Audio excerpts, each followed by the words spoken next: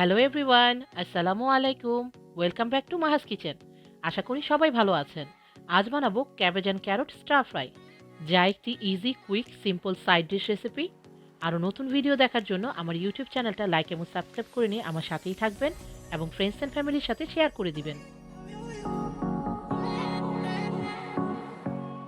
Half medium white cabbage বা বাঁধাকপি thinly slice করে কেটে নিচ্ছি।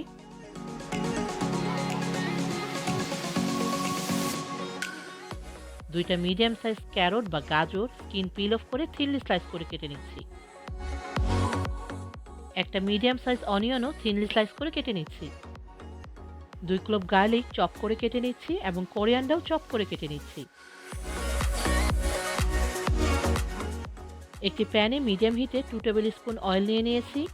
অ্যাড করে দিচ্ছি হাফ টি স্পুন হোল জিরা, 2 ক্লব চপ গার্লিক, 2টা গ্রিন চিলি হাফ করে কাটা, একটা হোল অনিয়ন, হাফ টি স্পুন ধনিয়া পাউডার এবং হাফ টি স্পুন সল্ট বা স্বাদ মতো সল্ট। সব কিছু মিক্স করে নিয়ে 1 মিনিটের মতো বা অনিয়নটা হালকা সফট না হওয়া পর্যন্ত কুক করে নিব।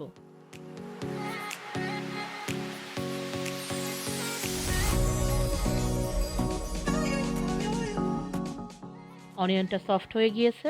এবার অ্যাড করে দিচ্ছি থিনলি স্লাইস করে কেটে নেওয়া ক্যাবেজ এবং ক্যারটগুলো। সব কিছু মিক্স করে নিয়ে 4 to 6 মিনিটের মতো মিডিয়াম টু হাই হিটে অনবরত নেড়েচেড়ে কুক করে নিব, বা ক্যাবেজ এবং ক্যারটগুলো স্লাইটলি ক্রাঞ্চি থাকা পর্যন্ত কুক করে নিব। তবে আপনাদের পছন্দ মতো স্লাইটলি টেন্ডার না হওয়া পর্যন্ত কুক করে নিতে পারেন।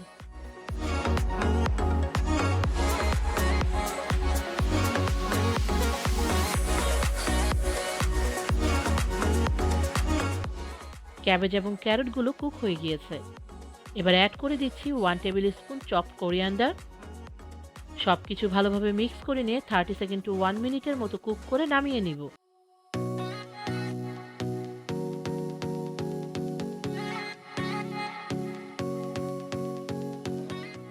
রেডি হয়ে গেছে cabbage and carrot stir fry.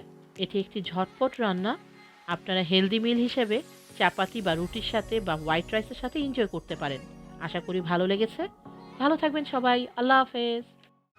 Thanks for watching my video. আশা করি আপনাদের ভালো লেগেছে।